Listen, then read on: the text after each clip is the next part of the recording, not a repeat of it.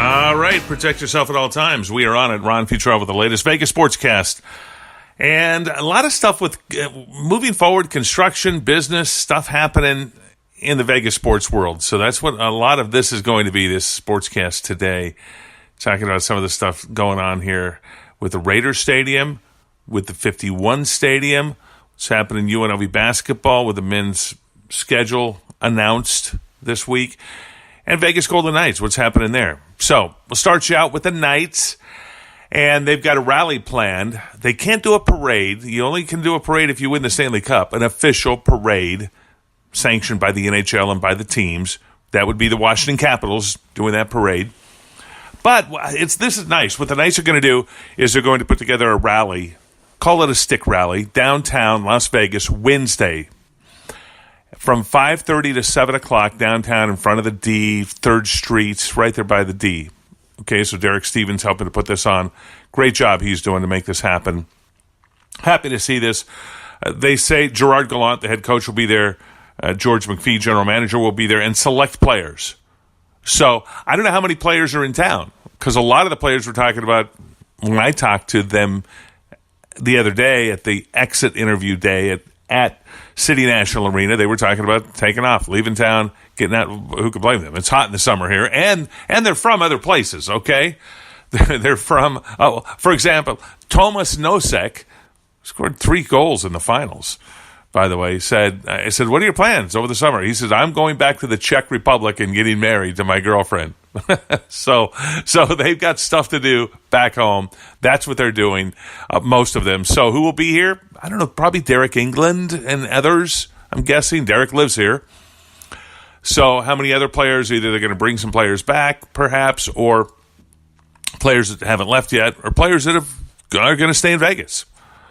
So again, that will be Wednesday, the 13th, 5:30 to 7 o'clock downtown. Now, the last time they did this downtown was on a Sunday. They did a rally at the D there at the 3rd Street and Fremont Street under the canopy. It was nuts. There were a ton of people there, thousands.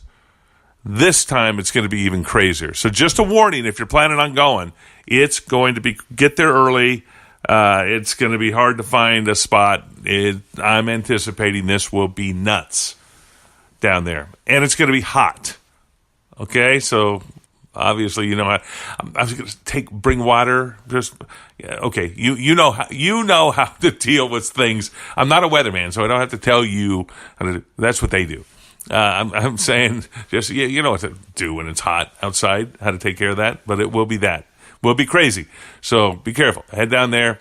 Oh, Stephane Matteau signed him. He played a little bit for the Knights last year, got an assist in a game, maybe played 20 games or so, but they signed him to a contract for next season. So we're going to be hearing about a lot more of these happening, coming and what's going on and what's happening there.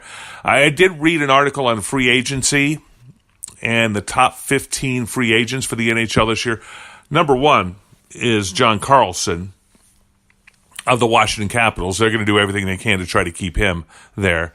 But also listed in there, I believe, at number 6 was James Neal. Number 9 was David Perron of the Knights, of the top free agents that are out there right now on the market. So the Knights would certainly, well, I don't know if they'd like to keep, I think the fans would like to see them keep those guys, just because, but we'll see. Depends on the price. It depends on what these guys are going to... these guys had pretty good seasons, both of them, with the Knights. So they're going to be in shape to make a lot of money. And they deserve it. They earned it. So from there, we'll see what the Knights do in the free agency world, if anything, if they keep their guys or whether they let them go and what they do there. Also, Ryan Reeves is a free agent along with Lucas Spiza. Is there as well. Well, Spiza, the only defenseman in the group. So that's the offseason. Free agency, by the way, begins July 1st. So that's when things start happening. But they're happening behind the scenes right now. But officially, free agency opens at that point. Okay. 51s getting ready to head up here to Summerlin in 2019, that season. They are building the facility now. You can go to the 51's website if you want to see a regular update on what construction's like. They've got a camera there that you can see. That's sort of cool. Nice, like that. So that's happening there. And there's some rumblings that their new name will be the Aviators, that they will be the Las Vegas Aviators. I like this name, by the way, and I like the connection for it because the team will be playing in Summerlin. Summerlin is 22,000 acres, the largest master plan community in the country. There may be one bigger now. I know when it was first planned, it was the largest, so I keep saying that. But at one time, at least, it was the largest master plan community in the country. And Howard Hughes Corporation owns this property up here and are developing this. And when Howard Hughes first bought it years ago and traded for property on the Strip, this was going to be a landing strip. This was going to be an airport for airplanes because he was an aviator.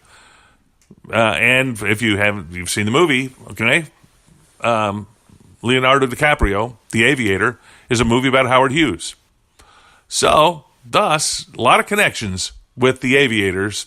So we'll see if they do that. And the reason for this, somebody did some digging, okay, and found out that they had copyrighted the name, trademarked the name, and also have gone out and done some social media, grabbed some social media stuff. So they could be thinking of a few different names, but I'm going to go with the Aviators, and I like it. And if you don't like it, it'll probably warm on you for a while, after a while. And when you think of the significance and the Howard Hughes connection, Howard Hughes to Vegas, Howard Hughes to this property up here. I live in Summerlin, so I am very close to the stadium. The stadium is being built just south of City National Arena, where the Vegas Golden Knights practice. If you know where that's at, just south of that. Or another way to describe it, just east of Red Rock Casino is where the 51 Stadium is being built. Looking forward to that. I'm looking forward to baseball being up here in Summerlin in this time next year, the spring of next year, really. So earlier, that I'm really looking forward to, and I think it's going to be very good for them. They've wanted it for a long time. They're finally making this happen. So good deal, good job. Glad for that. Okay. Oh, the Raiders Stadium. A lot going on there with the progress in the Raiders Stadium being built on the Strip. That's being built just west of Mandalay Bay on the other side, on the east side of I-15. And keep talking about great location, or at least to get a team here. They got a stadium, beautiful stadium, 65,000 seats, $2 billion, no parking. They still have not answered the parking problem. There's no parking there for locals. There will be parking, I'm sure, for out-of-towners. You're coming out of town, you're staying at one of the casinos down there, an MGM property. They're all close by, and you'll be able to walk to the stadium. So this stadium's being built for the Strip and for out-of-towners.